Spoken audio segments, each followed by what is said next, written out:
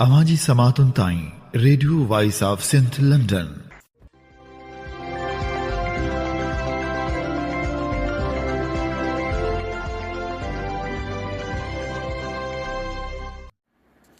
आम्ही ॿुधी रहिया आहियो radio voice of Sindh London.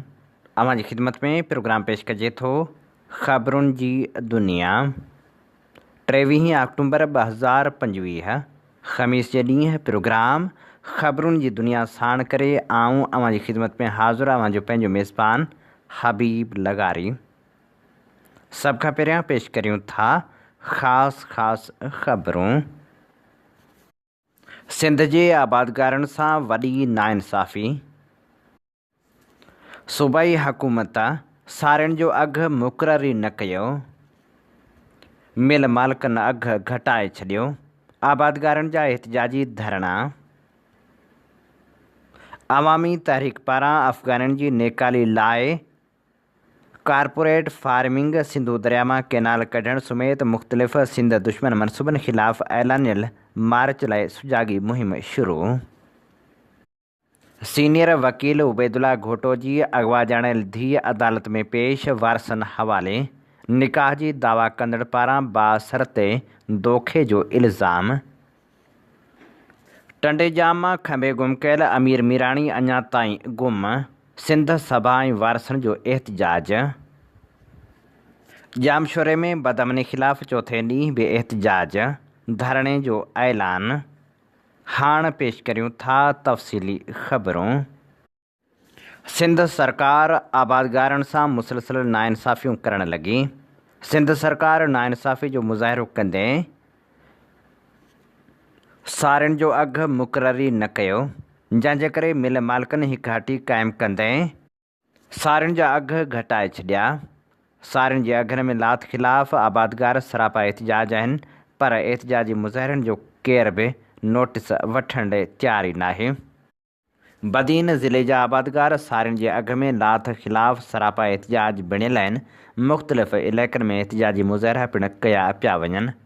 Badin ज़िले जे आबादगारनि पारां अॼु DC ऑफिस बदीन अॻियां धरणो हंयो वेंदो, जॾहिं त आबादगारनि जो चवणु आहे त सारियुनि जो फ़सुलु लहण बावजूदि हुकूमत सारियुनि जो अघु मुक़ररु ई नाहे कयो, जंहिंजे करे मुश्किलातुनि जो शिकार आहियूं। जॾहिं त वारिह अवामी हुकूक इतिहाद पारां पिणु सारियल फ़सुल जा अघु हथरादू तौरु घटाइण ख़िलाफ़ एहतिजाजी मुज़ाहिरो कयो वियो। एहतिजाज जी अॻुवाणी वारिह अवामी हुकूक इतिहाद जो अॻुवाण अली रज़ा ख़ान चोलियाणी ऐं ॿिया करे रहिया हुआ, जॾहिं त कंबर जे आबादगारनि पारां पिणु एहतिजाजी धरणो हणी बाईपास ब्लाक कयो वियो, जंहिंमें वॾे अंग में इलाइक़े वासियुनि शिरकत कई। एहतिजाजी मुज़ाहिरे दौरान आबादगारनि चयो त असांखे सही अघु नथो मिले, वरी हथरादू तौरु कटौती कई वञे थी, जेका सरासर नाइंसाफ़ी ऐं ज़्यादती आहे। घटि में घटि 4000 रुपया फ़ी मण जे हिसाब सां अघु मिलणु घुरिजे। सारियूं 2200 रुपया मण वरितियूं वञनि थियूं, जॾहिं त अटो 4400 रुपया मण विकिरो कयो वञे थो। सिंध हारी इतिहाद जे उहिदेदारनि सां DC धरणे में पहुची ॻाल्हियूं कयूं, जॾहिं त DC जो चवणु हो त तव्हां सां इंसाफ़ कयो वेंदो। DC जे यकीन ॾियारण ते एहतिजाज ख़तमु कयो वियो।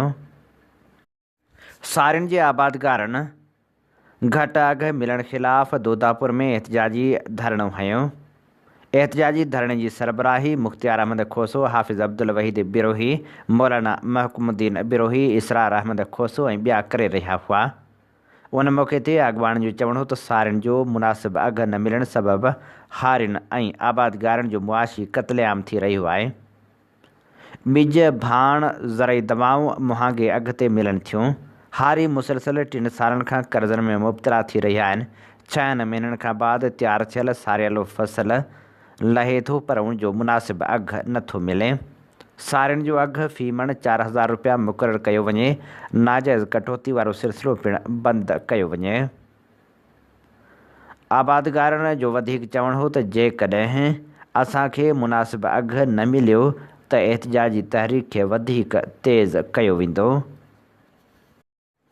क़ौमी अवामी तहरीक पारां सिंध में अफ़गाननि समेत धारनि जी आबादकारी, पाणी ते धाड़े, करप्शन, कारपोरेट फार्मिंग, मेरिट जी लताड़, कारोकारी, बदअमनी ऐं लाक़ानूनियत ख़िलाफ़ ऐं अफ़गाननि जी नेकारी लाइ अॼु गढ़ी खैरो में जलसो मुनक़िद कयो वेंदो, जॾहिं त क़ौमी अवामी तहरीक जे सरबराह अयाज़ लतीफ़ पलीजो जी अॻुवाणी में मोहबत सिंध प्यादल मार्च पिणु कयो वेंदो। ॿिए पासे पंहिंजे जारी कयल बयान में क़ौमी अवामी तहरीक जे सरबराह अयाज़ लतीफ़ पलीजे चयो आहे त सिंध जा माण्हू पीपल्स पार्टी ऐं सिंध हुकूमत मां उमेद करण बदिरां सिंधु दरिया, ज़मीननि, वसीलनि, कारपोरेट फार्मिंग, करप्शन ऐं मेरिट जी लताड़ ऐं ख़राब हुक्मरानी वारे मामले ते जदोजहद तेज़ कनि। सिंध जा माण्हू मुसलहतनि ख़ामोश वेहण ऐं ॿियनि जे उथण जो इंतज़ारु करण बदिरां पंहिंजे हिसे जो किरदारु अदा कनि। ग्रीन पाकिस्तान जे नाले में सिंध जी लखें एकड़ ज़मीननि ते कब्ज़े जो मनसूबो आहे। सिंध जी लखें एकड़ ज़मीन मुख़्तलिफ़ कंपनियुनि ऐं इदारनि खे ॾेई सिंधी माण्हुनि खे पंहिंजी धरती तां बेदख़ल करण जो सिंध दुश्मन मनसूबो आहे। पीपी हुकूमत सिंध खे तबाह करे छॾियो आहे, ज़राइत खे हथ वठी तबाह कयो वियो आहे, पाणी ते धाड़ा लॻी रहिया आहिनि, क़ौमी वसीला ऐं लखें एकड़ ज़मीन तीन वाल कई पई वञे, नौकरियूं ऐं डिग्रियूं विकिरो कंदड़नि खे वज़ीरनि जी सरपरस्ती हासिलु आहे, सरकारी ऑफिसनि में करप्ट माफ़िया जो कब्ज़ो आहे। अयाज़ लतीफ़ पलीजे वधीक चयो त अवाम खे पंहिंजे हक़नि लाइ घण पासां जंग विहण जी ज़रूरत आहे। सिंध जो हारी, मज़दूर, उस्ताद, शागिर्द, नौजवान, औरत जेसिताईं पंहिंजे हक़नि लाइ उथी खड़ो न थींदो तेसिताईं करप्ट माफ़िया हुक्मरान मां निजात हासिलु करे न सघंदी। वफ़ाक़ी हुकूमत खे सिंध जे तबाह थियल तालीम, सिहत, पाणी, ड्रेनेज, खंडर रोड, बर्बाद कयल ज़राइत, बुख, बेरोज़गारी ऐं बदहाली नज़र नथी अचे। सिंध जे टैक्स मां मुल्क हले थो, पर सिंध जो अवाम ग़ुर्बत जी चकी में पिसिजी रहियो आहे। वफ़ाक़ी हुकूमत सिंध जी ख़ुशहाली लाइ का बि पॉलिसी नथी ठाहे। सिंध खे करप्शन जी कॉलोनी बणिजणु ॾिनो वियो आहे। हुक्मराननि खे सिंध जो अवाम न पर सिंध जा वसीला घुरिजनि, रोज़ानो उन्हनि वसीलनि ते कब्ज़नि ऐं धाड़नि जी मनसूबाबंदी कई वञे थी। सिंध जी मज़ाहिमत जी तारीख़ आहे। सिंधी माण्हू धरतीअ जहिड़ो मिज़ाज रखनि था, उहे थधा आहिनि त थधा आहिनि, जेकॾहिं गरम थींदा ऐं विॼ थी उथंदा त तख़्त लोॾे छॾींदा। अयाज़ लतीफ़ पलीजे जो वधीक चवणु हो त सिंध जो समुंड एशिया जो गेट वे आहे। आलमी साम्राजी ताक़तूं हिन ख़िते ते कब्ज़े लाइ सिंध ऐं पाकिस्तान खे टोड़ण जी साज़िश करे रहियूं आहिनि। सिंध जो अवाम पंहिंजी धरती, पाणी, ज़मीननि ऐं वसीलनि ते कब्ज़े जी साज़िश बर्दाश्त न कंदो। नओं इसराइल बणिजणु न ॾींदासीं। सिंध खे टुकरा करणु, कारपोरेट फार्मिंग, डेमनि, केनालनि ऐं मैदनी वसीलनि ते लॻंदड़ धाड़नि, क़बीलाई दहशतगर्दी, कारोकारी, औरतुनि जे क़त्लनि ख़िलाफ़ ऐं अफ़गाननि जी नेकारी लाइ अवामी तहरीक ऐं सिंधियाणी तहरीक तरफ़ां 16 नवंबर ते हैदराबाद में रथियल मार्च जे हवाले सां सुजाॻी मुहिम शुरू कई वई आहे। अवामी तहरीक जे मरकज़ी राब्ता सेक्रेटरी लाल जरवार, ज़िले सदर मेहरान दरस, मुख़्तियार बकारी, सचल हालेपोटो ऐं हमीरोमल बदीन ज़िले जे कड़ियो गहवर, राहुकी, जाखरो नुहाणी, खोरवा, ॻोठ मूसा दरस समेत मुख़्तलिफ़ ॻोठनि जो दौरो करे कार्नर गॾिजाणियूं कयूं। उन मौक़े ते सहाफ़ियुनि सां ॻाल्हाईंदे लाल जरवार चयो त 27वीं आइनी तरमीम ज़रिए 9 सूबनि जे नाले ते सिंध खे टुकड़ा टुकड़ा करण जी साज़िश कई वई आहे। सिंधी क़ौम पंहिंजी धरती जो विरहाङो कंहिं बि सूरत में बर्दाश्त न कंदो। 16 नवंबर ते सिंध जूं हज़ारे औरतूं, मर्द, ॿार ऐं ॿुढा हैदराबाद में गॾु थी सिंध दुश्मन मनसूबनि ख़िलाफ़ पुरमन मार्च कंदा। लाल जरवार वधीक चयो आहे त समूरे पाकिस्तान में अफ़गाननि ख़िलाफ़ क्रैक डाउन हलंदड़ आहे, पर सिंध में पीपल्स पार्टी रिश्वत एवज़ लखें गैर क़ानूनी गैर मुल्कियुनि खे आबाद करे छॾियो आहे। सिंध जी कुंड कुड़िछ में अफ़गानी आबाद कया विया आहिनि। बदीन ज़िले जी इंतिज़ामिया अफ़गाननि ऐं मंशात फ़रोशनि ख़िलाफ़ का बि कार्रवाई करण लाइ तयारु कोन्हे। पीपल्स पार्टी सरकार सिंधी मज़दूरनि खे झूपड़ी अॾण लाइ प्लाट जो टुकड़ो बि नथी ॾिए, पर अफ़गाननि लाइ सरकारी सतह ते कॉलोनियूं ऐं ॻोठ आबाद कया विया आहिनि। हुन चयो त कराची बदअमनी केस खे आला अदालत चयो त अफ़गानी दहशतगर्दी, मंशात ऐं हथियारनि जी स्मगलिंग में मुलविस आहिनि। DGISPR प्रेस कॉन्फ्रेंस में चयो त अफ़गानी क्रिमिनल ॾोहनि में मुलविस ऐं मुल्की सलामती लाइ ख़तरो आहिनि। उन जे बावजूदि सिंध हुकूमत अफ़गाननि खे तहफ़ुज़ फ़राहम करे रही आहे। 40 लख खां वधीक अफ़गाननि ऐं ॿियनि गैर मुल्कियुनि खे नादरा सिंध जा जाली सुञाणप कार्ड जारी करे क़ौमी सलामती खे ख़तरे में विझी छॾियो आहे। हुननि मुतालबो कयो त अफ़गाननि खे फ़ौरी तौरु मुल्क मां नेकाली ॾिनी वञे, उन्हनि जा सुञाणप कार्ड ब्लॉक कया वञनि। सिंध जा जाली सुञाणप कार्ड ठाहे ॾींदड़ नादरा अमलदारनि खे सख़्त खां सख़्त सज़ा ॾिनी वञे। सीनियर क़ौमपरस्त अॻवान ऐं GA सिंध तहरीक जो अॻवान शहीद शफ़ी मुहम्मद करनाणी जो भाउ हाजी अनवर करनाणी लाॾाणो करे वियो, जंहिंजी जनाज़े निमाज़ ठठे बाईपास भरिसां बाणे ॻोठ साले मुहम्मद करनाणी में अदा कई वई, जंहिंमें GA सिंध मुहाज़ जे चेयरमैन रियाज़ चांडियो, जसकम सरबराह डॉक्टर नियाज़ कालाणी, जसकम चेयरमैन असलम खैरपुरी, GA सिंध क़ौमपरस्त पार्टी जे चेयरमैन नवाज़ खान ज़ौर, GA सिंध तहरीक जे अॻवान सूर्या सिंधी, इलाही बख़्श चाचड़, अमजद शोरो, गुल मोहम्मद जोखियो ऐं ॿियनि शिरकत कई। उन मौक़े ते GA सिंध मुहाज़ जे सरबराह रियाज़ अली चांडीअ चयो त हाजी अनवर करनाणी क़ौमी तहरीक जो बहादुर किरदारु हो। हिन घराणे साईं GM सैद जे फ़िक्र सां पंहिंजो नातो भरपूर नमूने निभायो आहे। सॼी क़ौमी तहरीक खे करनाणी भाइरनि जे तॾे ते इज़त ऐं मान मिलियो। हाजी अनवर करनाणीअ जो विछोड़ो असां सभिनी लाइ ॾुखो ईंदड़ आहे। सिंध यूनाइटेड पार्टीअ जे मरकज़ी सदर सैयद ज़ैन शाह, मरकज़ी सीनियर नायब सदर रोशन अली बुर्रो ऐं ॿियनि पिणु तॾे ते पहुची ताज़ियत कई। क़ौमी अवामी तहरीक टंडे मोहम्मद ख़ान तरफ़ां ज़िले जो इजलास मोया में थी गुज़रियो।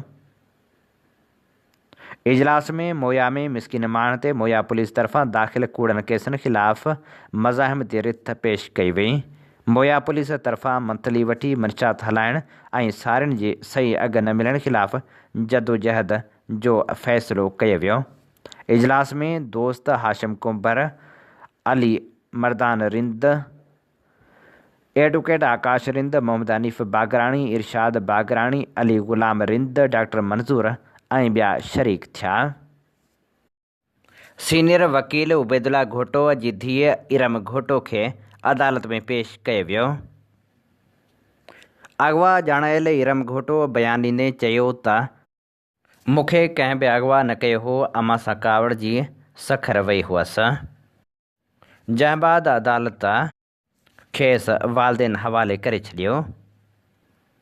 यादि रहे त इरम घोटो जे अगवा वारे मामले खां पोइ शहरयार शहर ते केस पिणु दाख़िल कयो वियो हो। FIR में ॼाणायो वियो हो त शहरयार ख़ान शहर किलाशनकोफ खणी पुट साण करे 4 माण्हू वठी छोकिरे खे घरां अगवा करे वियो आहे, जॾहिं त उनखां अॻु हिकिड़ी ऑडियो पिणु वायरल थी हुई। ॿिए पासे वकील उबैदुल्ला घोटो जी न्याणी इरम घोटो सां निकाह जी दावा कंदड़ इम्तियाज़ शर वीडियो बयानु जारी कयो आहे, जंहिंमें हू पंहिंजे घर जी थींदड़ तबाही ॾेखारण सां गॾु इहो बि चई रहियो आहे त मुंहिंजी घरवारी खे कुझु बासर माण्हुनि कोर्ट में पेश करण जे बहाने सां मूंखां हितां वठी विया आहिनि। हुन इहो बि चयो त बासर माण्हुनि मूंसां धोखो कयो आहे। जेकॾहिं इरम खे कुझु बि थियो त उन्हनि जा ज़िम्मेवार हूअ हूंदा। यादि रहे त इरम पिणु 2 ॾींहं अॻु पंहिंजे ॾिनल बयान में चयो हो त कंहिं अगवा नाहे कयो, मां रज़ा ख़ुशी सां इम्तियाज़ शर सां पसंदि जी शादी कई आहे। जॾहिं त काल्ह खेसि अदालत में पेश कयो वियो, जंहिंखां पोइ हुन अगवा न थियण ऐं कावड़ जी वञण जो बयानु ॾिनो, जंहिं बाद 5 लख रुपयनि जे हिफ़ाज़ती मचलकनि एवज़ खेसि वालदेन जे हवाले कयो वियो। टंडे जाम मां 2 महीना अॻु मुबैना तौरु खंबे गुम कयल नौजवान अमीर मीराणी जो पतो पइजी नाहे सघियो। सिंध सभा जे कारकुननि ऐं घर बातिन पारां एहतजाजी कैंप क़ाइमु कई वई आहे। 2 महीना अॻु नामालूम माण्हुनि पारां टंडे जाम भरिसां टंडे कैसर मां मुबैना तौरु खंबे गुम कयल नौजवान अमीर मीराणी जी बाज़ियाबी लाइ सिंध सभा जे कारकुननि ऐं संदसि वारसनि पारां टंडे जाम जी मियावाकी पार्क में 48 कलाकनि वारी एहतजाजी कैंप लॻाई वई आहे। उन मौक़े ते सिंध सभा जे अॻवान शबीर सिंधी ॻाल्हाईंदे चयो त 2 अगस्त 2025 ते टंडे कैसर मां वीगो में सवार पुलिस वर्दी ऐं सादर कपिड़ा पहिरियल एहलकार अमीर मीराणी खे सख़्तु तशदुद कंदा खंभे खणी विया हुआ। जंहिंजो अञा ताईं पतो पइजी नाहे सघियो न वरी संदसि गिरफ़्तारी ज़ाहिर कई पई वञे। हुन चयो त अमीर मीराणी मथां जेकॾहिं को केस दाख़िल आहे त खेसि ज़ाहिर करे कानून ऐं आइन मूजिबि अदालत में पेश कयो वञे। उन मौक़े ते अमीर मीराणी जे भाउ ज़मीर मीराणी दाहींदे चयो त मुंहिंजे भाउ अमीर मथां को हिकु बि केस दाख़िल न आहे, न ई हू कंहिं मुल्क दुश्मन सरगर्मी में मुलविस आहे। सम्झ में नथो अचे त भाउ खे छो खंभे गुम कयो वियो आहे। भाउ जे खंभजण बैदि अमड़ जी हालत ख़राब थी वई आहे। खेसि बेहोशी जा दौरा पइजी रहिया आहिनि। हुन इंसानी हक़नि जे इदारनि ऐं आला इख़्तियारनि खे अपील कई त नोटिस वठी अमीर मीराणी खे आज़ादु कराए इंसाफ़ फ़राहम कयो वञे। मातली में STP तालके काउंसिल जो इजलास ज़िले सदर शाहनवाज़ शाल जी सदारत में थी गुज़रियो, जंहिंमें ज़िले general secretary Mohammad Aslam Mahdo, joint secretary Punhal Nizamani, municipal committee जे सदर सैयद गुलमुंद शाह, तालके सदर अब्दुल जब्बार मंगरियो, ख़ालिद मंगसी, ज़ुल्फ़कार शाह, ताज मोहम्मद ऐं ॿियनि शिरकत कई। इजलास में तनज़ीमी सियासी रिपोर्ट पेश कई वई। रिपोर्ट ते तनक़ीद बराए इस्लाह थी। उन बाद म्यूनसिपल कमेटीअ लाइ सदर सैयद गुलमुंद शाह, नायब सदर सैयद ज़ुल्फ़कार शाह, जनरल सेक्रेटरी ख़ालिद मंगसी, ज्वाइंट सेक्रेटरी ताज मोहम्मद महदो, ख़ज़ानची असलम दरस, इंफॉर्मेशन सेक्रेटरी बाबू लुत्फ़ चूंडिया विया। सिंध तरक़ी पसंद पार्टी मांझंद तालके जे तालका काउंसिल जो इजलास पार्टी जे मरकज़ी अॻुवाण गौतम चन्ना जी सदारत हेठि लाखा में थी गुज़रियो। इजलास में अॻूणी तालका ऑर्गेनाइज़िंग कमेटी पारां पंहिंजे मुदे जी रिपोर्ट पेश कई वई, जंहिं बैदि तनक़ीदी जाइज़ो वठण खां पोइ तालका मांझंद जी ऑर्गेनाइज़िंग कमेटी टोड़े मांझंद तालके लाइ नई बॉडी जी चूंड कराई वई, जंहिंमें सदर मीर हसन सुमरो, नायब सदर Ghulam Mustafa Khoso, general secretary Mumtaz Chhachhar, joint secretary Shawal Letho, information secretary Gulzar Mala ऐं ॿिया चूंडिया विया। चूंडिजी आयल नवनि उहिदेदारनि खे पार्टी जे मरकज़ी अॻुवाण हल्फ़ खणायो। सिंध सागर पार्टी पारां उबैदुल्ला सिंधी स्टडी सर्कल जी 9वीं वेहक जामशोरे में थी गुज़री। उबैदुल्ला सिंधी स्टडी सर्कल जामशोरे जी 9वीं वेहक में नसीर मेमण जे लिखियल किताब सिंध सोचे थी मां संस लेख ॾखण एशिया खे जंग न इंसानी तरक़ी घुरिजे जो इबियास कयो वियो। किताब जो इबियास सारंग महर, करीम बख्श, सहारण, मौज़म अब्बासी, अब्दुल्लाह कलहुड़े, मोहम्मद बचल ऐं अयूब इनकलाबी कयो। इबियासी वेहक में मोहम्मद नवाज़ धारिजे ऐं ॿियनि शागिर्दनि पिणु शिरकत कई। उन मौक़े ते ॿुधायो वियो त लेखक अदीब दानेश्वर नसीर मेमण पंहिंजे लेख में गॾियल क़ौमनि जे तरक़ियाती इदारे UNDP जी 2018 वारी रिपोर्ट जा अंग अखर पिणु ॾिना आहिनि, जॾहिं त हुन लेख जी पुॼाणी हिननि जुमलनि सां कई आहे त हिंदुस्तान ऐं पाकिस्तान अंदरि मज़हब जे बुनियाद ते इंतिहा पसंदी पखेड़ींदड़ धुरियूं उन इलाइक़ाई छिकताण मां पंहिंजा मुफ़ाद माणणु घुरनि थियूं, जिन जे ख़िलाफ़ साञाह वारनि माण्हुनि खे हिकु आवाज़ थियणु घुरिजे। ॾखण एशिया खे जंग न इंसानी तरक़ी जी ज़रूरत आहे। उबैदुल्ला सिंधी स्टडी सर्कल जी 9वीं वेहक जे आख़िर में हाणोकी ॾखण एशिया जी सूरतहाल जे जाइज़े में कश्मीर, अफ़गानिस्तान ऐं सिंध जी सियासी, समाजी, मुआशी ऐं सक़ाफ़ती सूरतहाल जो ख़ासि तौरु जाइज़ो वरितो वियो। टंडे अलहियार जे तालीम खाते में अंधेर नगरी जो राज, 6 जाली उस्ताद भर्तियुनि जो इंकशाफ, बायोमेट्रिक रिकॉर्ड बि गुम, पास उम्मीदवार दर बदर। टंडे अलहियार में NCHD मां तालीम खाते में ज़िम कयल 43 उस्तादनि मां 6 उस्ताद जाली हुजण जो इंकशाफ साम्हूं आयो आहे, जिन जो बायोमेट्रिक रिकॉर्ड पिणु गुम आहे, जॾहिं त सञावंदनि पारां मुतालबो कयो वियो आहे त जाली भर्ती कयल उस्ताद खे ख़ारिज करे मुलविस ऑफिसरनि ख़िलाफ़ क़ानूनी कार्रवाई करे बेचैनी ख़तमु कई वञे। रिंद बिरादरी जे माण्हुनि पारां ज़ीशान रिंद जे क़त्ल केस जे जवाबदारनि जी गिरफ़्तारी लाइ एहतिजाजी मुज़ाहिरो कयो वियो। हैदराबाद में थियल एहतिजाजी मुज़ाहिरे जी अॻुवाणी हुज़ूर बख्श रिंद, फ़िदा हुसैन रिंद ऐं ॿिया करे रहिया हुआ। उन मौक़े ते अॻुवाणनि मुतालबो कयो त कराची जे गुलिस्तान जोहर थाणे जी हद में बेदर्दी सां क़त्ल कयल नौजवान ज़ीशान रिंद वारे वाक़िए जे मुख्य जवाबदार खे गिरफ़्तार कयो वञे। मेहरापुर भरिसां यूसी डेपारजा जे ॻोठ आकिल गांघरो में क़दीमी बीबी भाइटी क़ब्रिस्तान जी ज़मीन ते मुबैना कब्ज़ो करण लाइ क़ब्रिस्तान ते पोखियल क़ीमती वणनि खे बासरनि बाह ॾेई साड़े छॾियो। क़दीमी क़ब्रिस्तान जे निगहबान फ़क़ीर अब्दुल्लाह गांगरो दाहींदे चयो त ॻोठ जे वॾेरे कब्ज़ा माफ़िया क़ब्रिस्तान में पोखियल क़ीमती वणनि खे बाह ॾेई साड़े छॾियो आहे। हुननि वधीक चयो त बासर क़ब्रिस्तान ते कब्ज़े लाइ मुख़्तलिफ़ हरबा हलाए रहिया आहिनि। फ़ौरी तौरु कार्रवाई कई वञे ऐं क़ब्रिस्तान ते कब्ज़े जे कोशिशनि खे रोकियो वञे। सखर मां अगवा थियल मासूम अली असगर मंगरियो जी बाज़ियाबी लाइ वारसनि जो 748 ॾींहं बि एहतिजाज जारी रहियो। मासूम अली असगर जे अगवा वारे वाक़े ख़िलाफ़ ऐं संदसि बाज़ियाबी लाइ संदसि वालिद सखर में एहतिजाज जारी रखियो।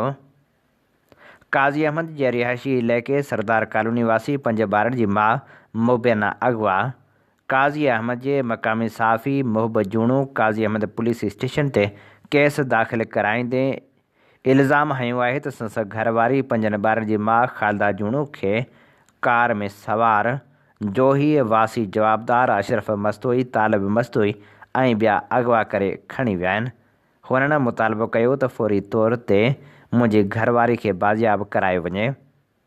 जामशोरो शहर अंदरि हर रोड रस्ते ते फुरनि धाड़नि ऐं पुलिस जी लाक़ानूनी ते DSP कोटड़ी जे कयल कूड़े वाइदे ख़िलाफ़ शहरी सियासी समाजी कारोबारी शख़्सियतूं सहाफ़ी सरापा एहतिजाज बणियल आहिनि।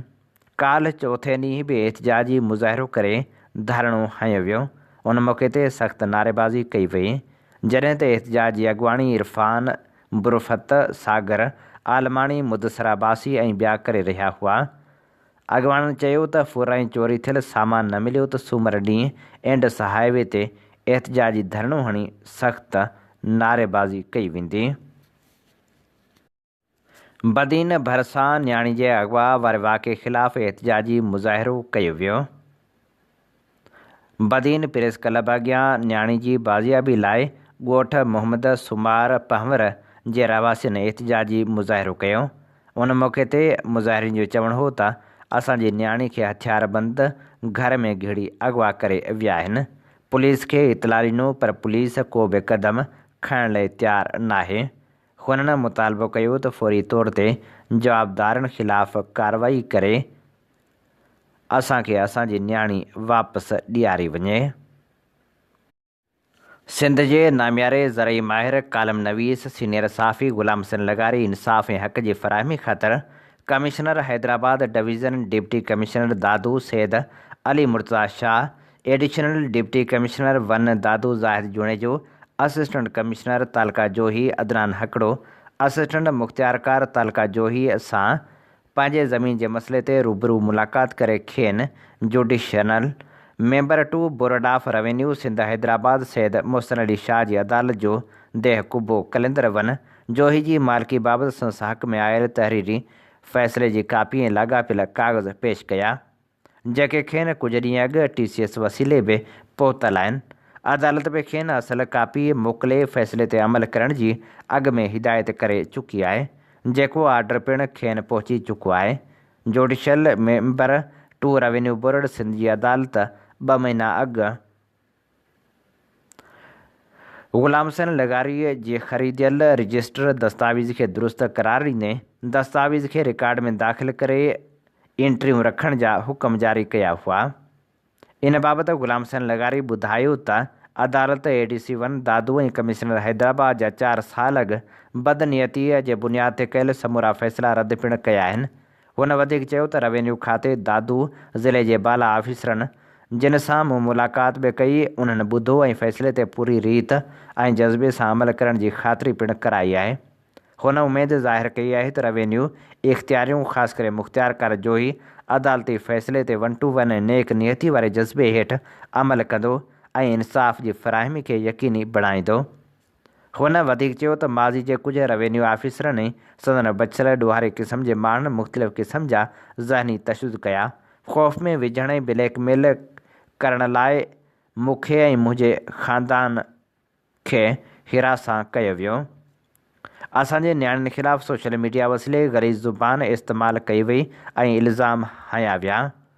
मुंहिंजे घर मां ज़मीन जा अहम काग़ज़ पिणु चोरी कया विया, जीअं जवाबदार मुंहिंजूं ज़मीनूं फॿाए सघनि। जॾहिं त समूरो रिकॉर्ड सरकारी इदारनि ऐं बाला ऑफिसरनि वटि मौजूदु आहे। हुन मुतालबो कयो त ज़मीन वारे मामले ते मूंसां इंसाफ़ कयो वञे। अमन क़ाइमु करण में नाकाम थींदड़ सिंध सरकार हाणे धाड़ेलनि खे पेश पवण वारो मिशन शुरू कयो आहे। इन बाबति सोशल मीडिया ते दिलचस्प तबसरा पिणु साम्हूं अची रहिया आहिनि।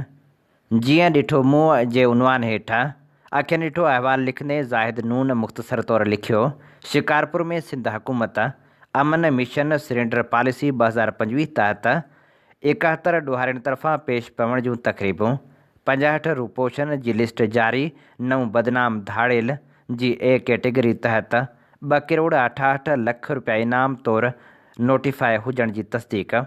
सिंध हुकूमत धाड़ेलनि खे हंज वठी छॾियो। संदन ख़ानदान जी बि हर तरह जी मदद करण जो होम मिनिस्टर ज़िया लंजार तरफ़ां ऐलान। 71 खां मथे ज़िक्र कयल जेके माज़ी जा बदनाम धाड़ेल आहिनि ऐं मुस्तक़बिल जा मोज़िज़ थींदा। कुझु त पुलिस ऐं फोर्सिस खे शहीद कंदड़ बि शरीक आहिनि, जिन ख़िलाफ़ अहिड़ा केस दाख़िल हुजण जा सबूत पिणु आहिनि। निंढे हूंदे हिकु नारो इहो बि हलंदो हो त जीअं भुट्टो ॾांदनि जो जोड़ो छुटो। हाणे त इंसानी जा लीका लताड़े दरिंदा सिफ़त धाड़ेल तौरु ज़ाहिर थियलनि खे हंज वरितो वियो आहे। सिंध हुकूमत जे मुंतज़मीन शानदार तक़रीब कराए उन जा ॾोह माफ़ कराइण जो नारो हंयो आहे, छो त सिंध जा माण्हू ग़िज़ा जीअं आहिनि। इमरान ख़ान ते इहो इल्ज़ाम आहे त संसद दौर में 40,000 तालिबान TTP वारनि खे KPK में आबाद करायो हुआईं, जिन जो नतीजो साम्हूं आहे। मौजूदा सिंध हुकूमत 270 धाड़ेल जेके पुलिस फोर्सिस ऐं आम माण्हू जा क़त्ल में मुलविस रहिया आहिनि, उन्हनि खे हिकु ई धक में माफ़ करे वेझड़ जी तारीख़ में धाड़ेलनि जी आमाजगाह तौरु सुञाणप रखंदड़ शिकारपुर खे धाड़ेलनि जो आदरभाउ कंदड़ शहर जो लक़ब ॾेई छॾियो। हाणे बदनसीब शिकारपुर। आगा सईद लिखियो, हीअ 71 धाड़ेल शिकारपुर जे फ़क़्ति तेगाणी ज़ात जा ॿुधाया वञनि था, जंहिंजो तालुक़ गढ़ी तेगो कंदकोट रोड जे अंदरां कचे वारे पासे सां आहे। उन जी सरपरस्ती केरु कंदो हुयो? शिकारपुर जा माण्हू जो नाव पाण ई कमेंट में ज़रूरु ॿुधाईंदा। उन मां अंदाज़ो कयो त हीअ फ़क़्ति 71 धाड़ेल तेगाणी ज़ात जा ॿुधाया वञनि था, पर शिकारपुर जे ॿिनि ज़ातियुनि वारा धाड़ेल अञा बि काफ़ी ज़रूरु हूंदा, जिन जी सरपरस्ती संदन उहे ज़ात वारा नामनिहाद सरदार साहिब ऐं भोतार यकीनन कंदा हूंदा। शिकारपुर में मुख़्तलिफ़ ज़िलनि जा ॾोहारी सूबाई घरू वज़ीर ज़िया लंजार ऐं IG सिंध ग़ुलाम नबी मेमन अॻियां पेश थी हथियार फिटा करे पाण खे पुलिस हवाले करण लाइ पहुता। पुलिस सां गॾु पाण ॾोहारी सभु सरदार साहिब ऐं भोतार बि सोफ़नि ते वेठल नज़र आया। हीउ समूरो अमल वाक़ई सच आहे त ज़बरदस्त कमु आहे, जंहिं इन सॼे ड्रामे पोयां का कहाणी आहे त अमन अमान अञा परे जी ॻाल्हि आहे। सोच दंग करे वई आहे त हीउ शिकारपुर जे माण्हुनि खे सरदारनि साहिबनि ऐं भोतारनि तरफ़ां कहिड़ी सज़ा ॾिनी पई वञे, पर ईंदड़ इलेक्शन में वरी साॻिया सरदार साहिब ऐं भोतार वरी मेड़ मिंथ करे पंहिंजो कमु ज़रूरु टिपाईंदा। पर हाणे जे शिकारपुर वारा सुजाॻ न थिया त शिकारपुर जे अमन जी दांह न कजो। नामियारे साफ़ी निसार खोखर हिकु धाड़ेलनि जी वीडियो शेयर कंदे उन ते लिखियो त उन सॼे मेले में ही हमराह बि पेश पिया अलाए न। वॾियूं वॾियूं मशीनूं खणी कचे में घुमंदड़ ॾोहारी उन रेड कारपेट पेशे खां अलाए छो हर दफ़े ॿाहिरि हूंदा आहिनि। हीअ असीं अव्हांजी ख़िदमत में पेश करे रहिया हुआसीं ख़बरूं। इन्ही ते ई प्रोग्राम ख़बरुनि जी दुनिया जो वक़्तु पुॼाणी ते पहुचे थो। अव्हीं ॿुधी रहिया आहियो radio voice of Sindh London. जीअं तव्हीं ॼाणो था त असीं radio voice of Sindh London तां अव्हांजी ख़िदमत में उहे प्रोग्राम पेश कंदा आहियूं जिन में सचाई जा सॾ हूंदा आहिनि, जिन में तारीख़ जा अमल वर्क हूंदा आहिनि। असीं चाहियूं था त हीउ सफ़र सफलता माणे, जंहिं लाइ असांखे अव्हां जे साथ ऐं सहकार जी ज़रूरत आहे। ऐं असां जूं वीडियोज़ वधि में वधि शेयर करियो, असांजा प्रोग्राम वधि में वधि दोस्तनि ताईं पहुचायो, त जीअं सिंध जो हीअ आवाज़ु दुनिया जी कुंड कुड़िच ताईं पहुची सघे। उन सां गॾोगॾु असांजे यूट्यूब चैनल खे सब्सक्राइब करणु न विसारिजो। इन ते ई पंहिंजे मेज़बान हबीब लगारी खे ॾींदा इजाज़त। जॾहिं पेर तेॾहिं ख़ैरु। अवां जी समातुनि ताईं radio voice of Sindh London